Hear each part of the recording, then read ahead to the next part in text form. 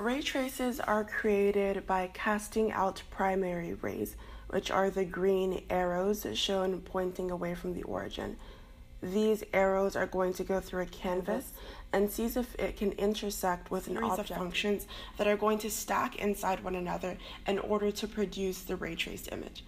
The first function that we're going to have is the intersect function, which is going to take in for a sphere the center, the radius, the sphere's origin, as well as the direction.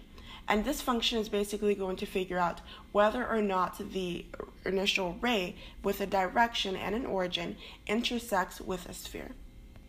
The trace function uses the intersect function and essentially ensures that for every object inside the scene that we've created, the intersect function is carried out, so that no object goes without being returned and having its values put into the final image.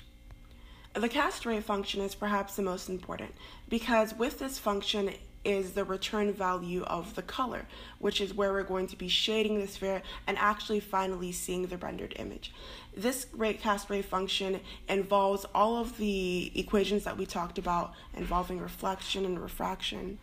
So when we have these values, we're going to essentially multiply them by the initial color value of the sphere that, say, the user wanted, and then we'll be able to see the shading on the sphere.